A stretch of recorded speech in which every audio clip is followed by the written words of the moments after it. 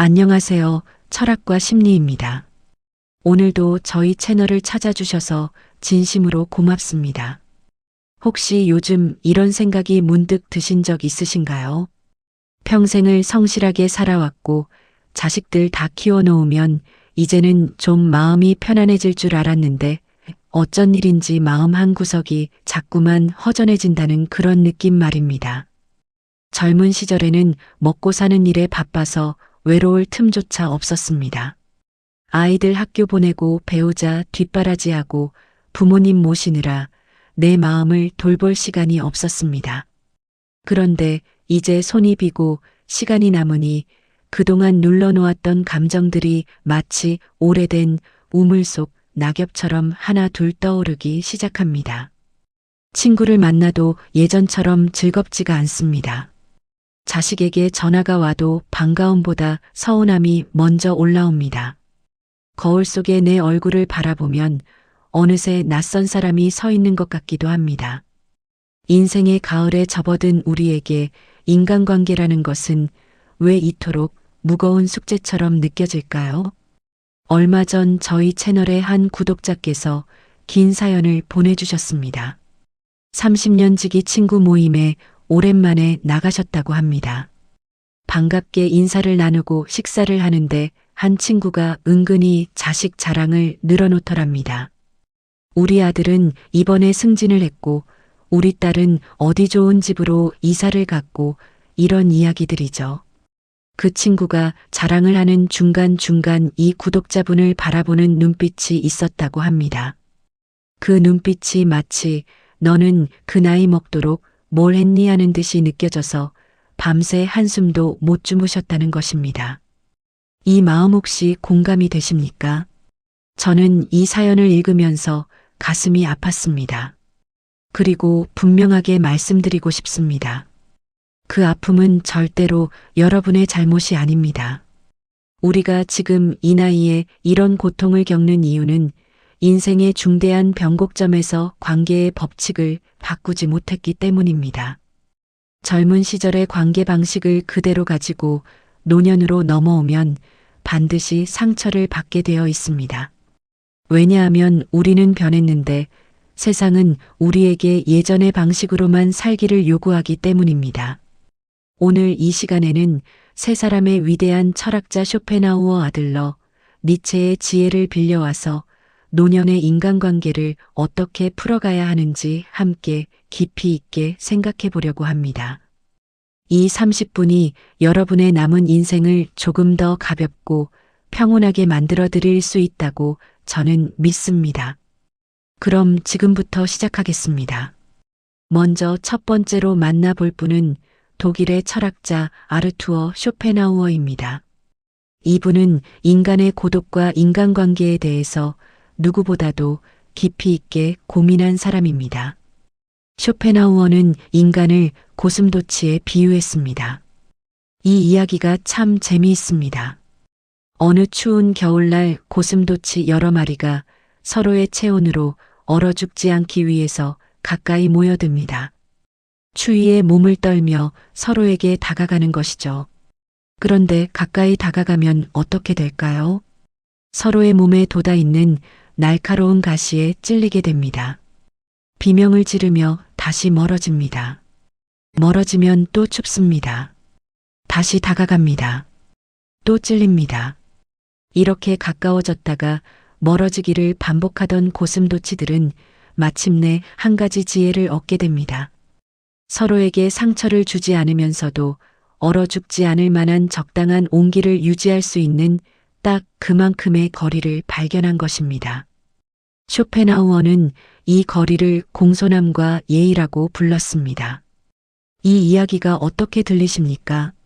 저는 이 고슴도치의 비유가 우리 노년의 관계에 너무나도 딱 들어맞는 이야기라고 생각합니다. 우리는 흔히 이렇게 말합니다.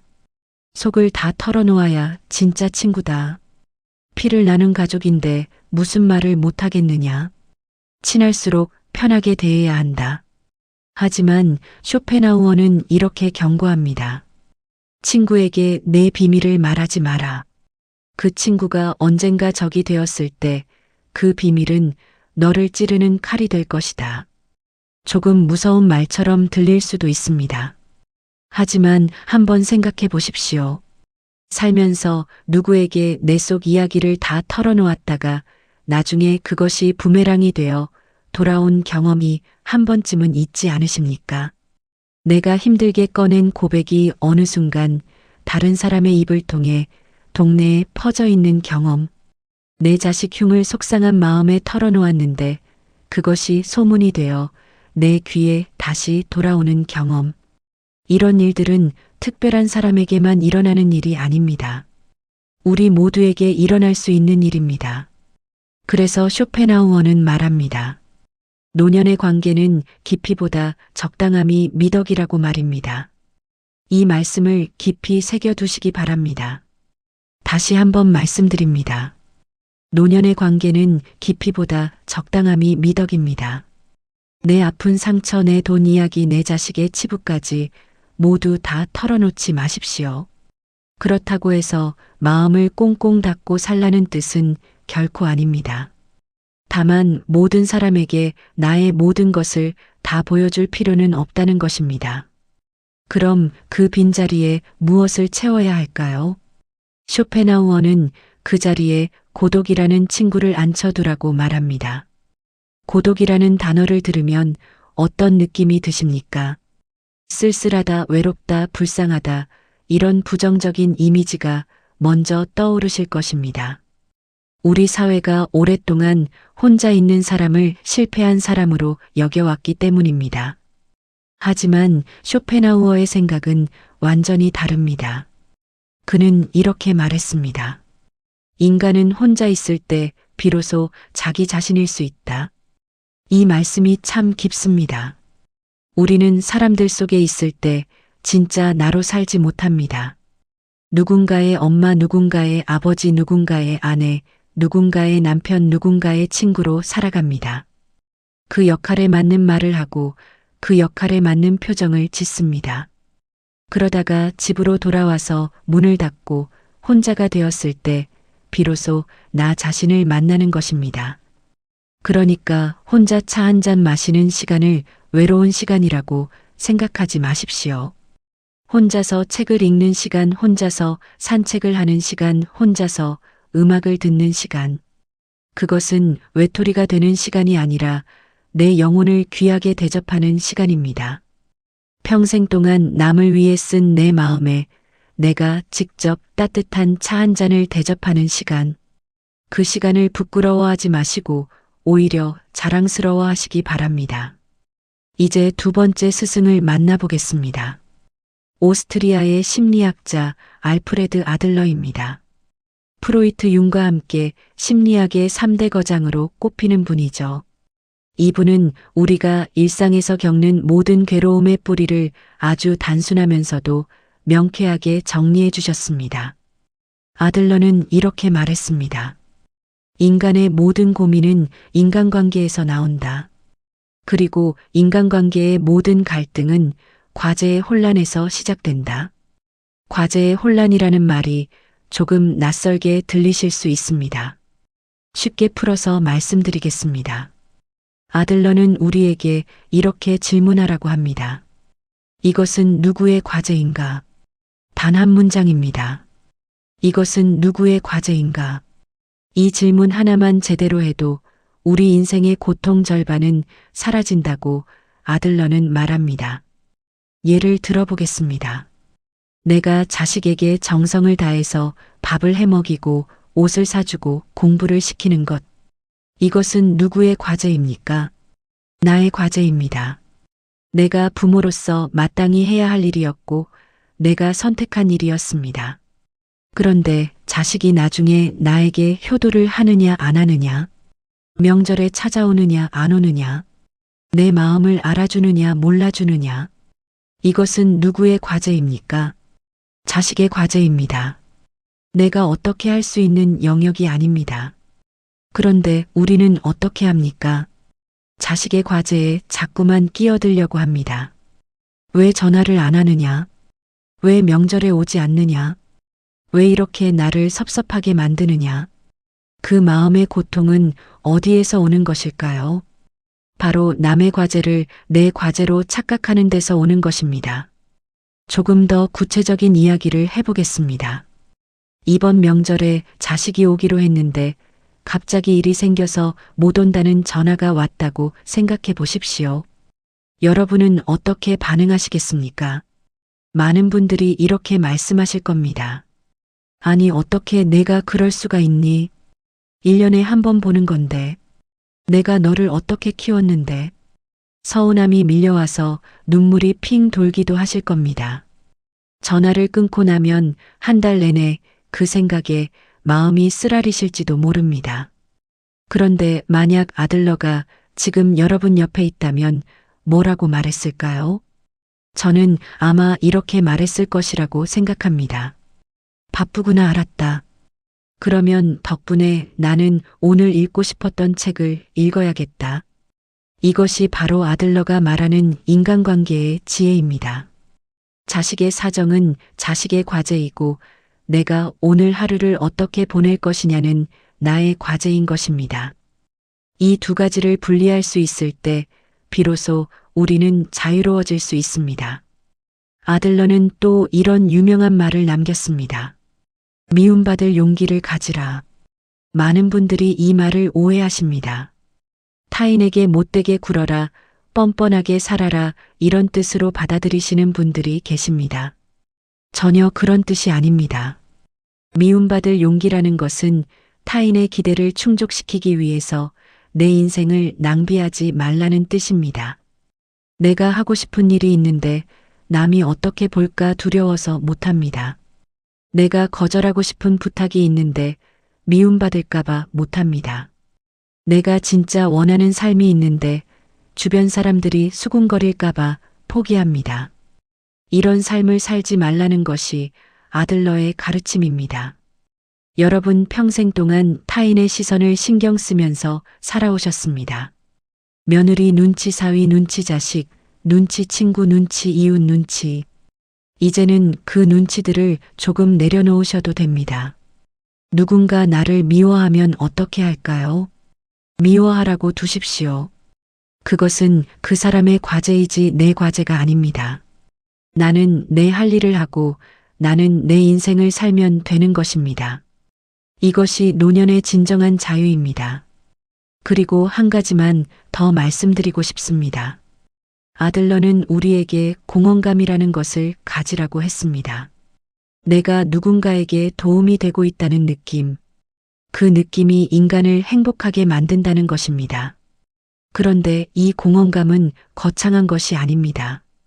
꼭 자식에게 돈을 주거나 누군가를 책임져야 느끼는 감정이 아닙니다. 이웃에게 따뜻한 인사를 건네는 것, 식물에 물을 주는 것, 손주가 오면 웃어주는 것, 이런 작은 일들 속에서도 공헌감은 충분히 느낄 수 있습니다. 나는 쓸모 있는 사람이다. 나는 이 세상에 작은 온기를 보태고 있다. 이런 마음을 매일 아침 스스로에게 선물해 주십시오. 그 선물 하나면 하루가 달라집니다. 이제 마지막 세 번째 스승을 만나볼 차례입니다. 독일의 철학자 프리드리히 니체입니다.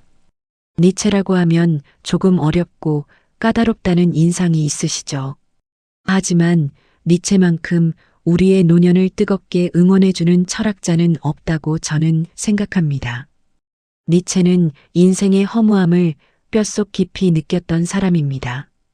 그는 왜 사는가 하는 질문 앞에서 오랫동안 고통받았습니다.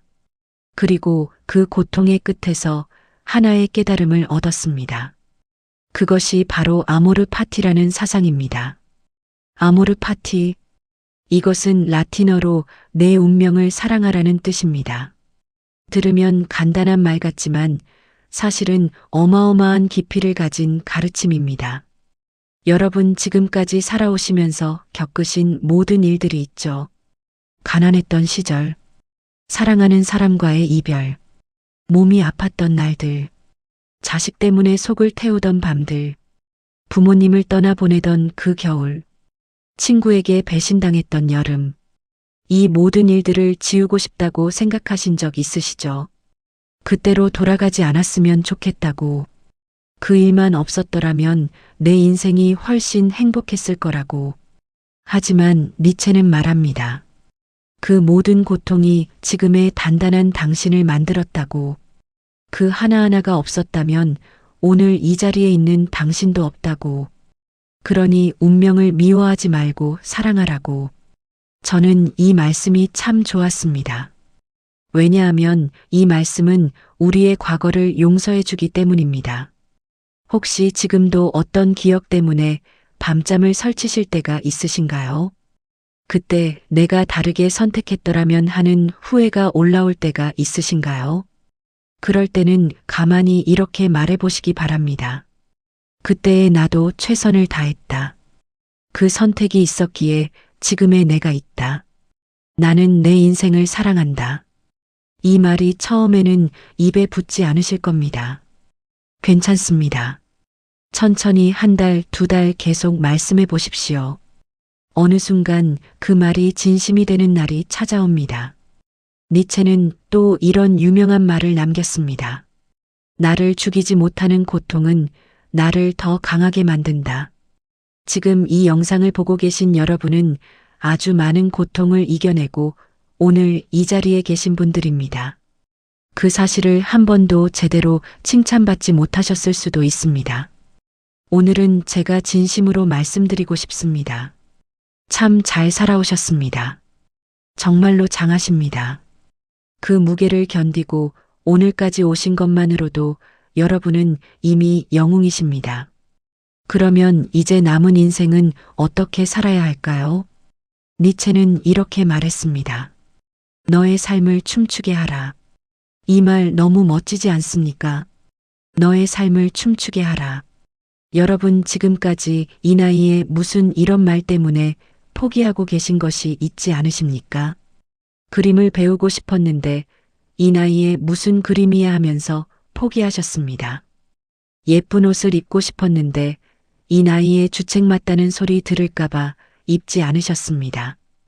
여행을 가고 싶었는데 이 나이에 어디를 가 하면서 멈추셨습니다.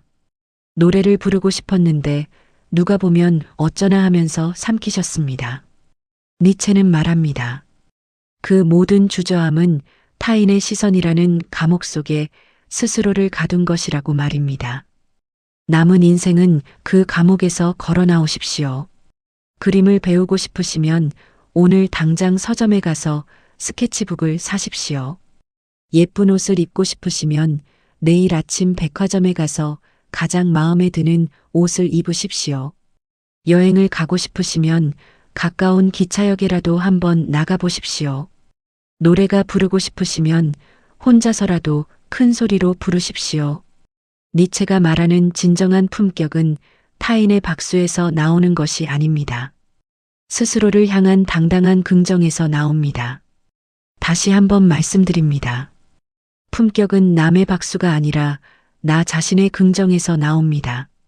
여러분은 이제 누구의 부모로만 살지 않으셔도 됩니다. 누구의 남편, 누구의 아내로만 살지 않으셔도 됩니다. 누구의 친구, 누구의 이웃이라는 이름만으로 살지 않으셔도 됩니다. 이제는 여러분의 본래 이름 그 한 사람의 이름으로 남은 인생을 축제처럼 살아가시기 바랍니다. 축제는 특별한 사람들의 것이 아닙니다. 마음을 열고 춤을 추는 모든 사람에게 찾아오는 것입니다. 지금까지 새 철학자의 이야기를 길게 들어보셨습니다.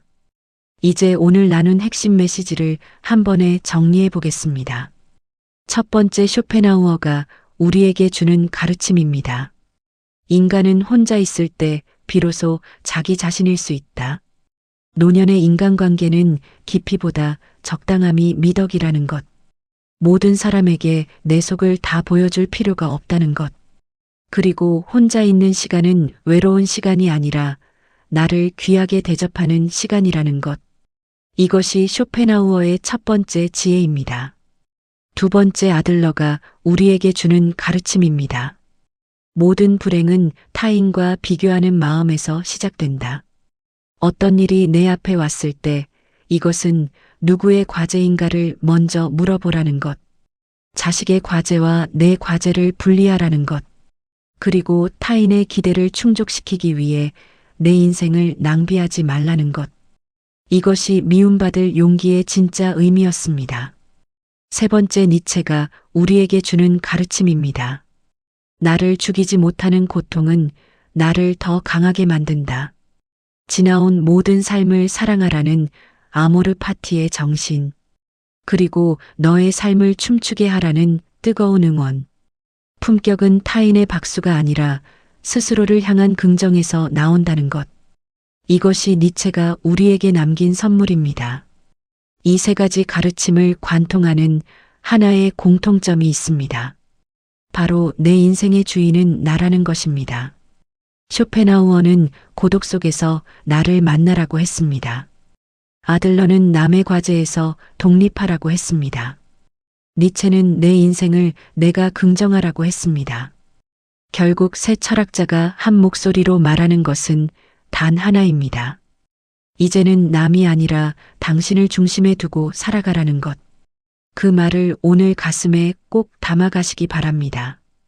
오늘 이 자리에서 쇼펜하우어, 아들러, 니체의 지혜를 빌려 우리 노년의 인간관계를 깊이 있게 들여다보았습니다. 참 많은 이야기를 나눈 것 같지만 결국 핵심은 하나입니다. 나를 가장 사랑해주는 사람은 바로 나 자신이어야 한다는 것. 이 단 하나의 문장을 오늘 여러분께 드리고 싶습니다. 다시 한번 말씀드립니다. 나를 가장 사랑해주는 사람은 바로 나 자신이어야 합니다. 자식에게 인정받으려고 애쓰지 마십시오. 친구에게 잘 보이려고 애쓰지 마십시오. 세상에 증명하려고 애쓰지 마십시오. 그 모든 에너지를 이제는 여러분 자신에게 쏟아주십시오.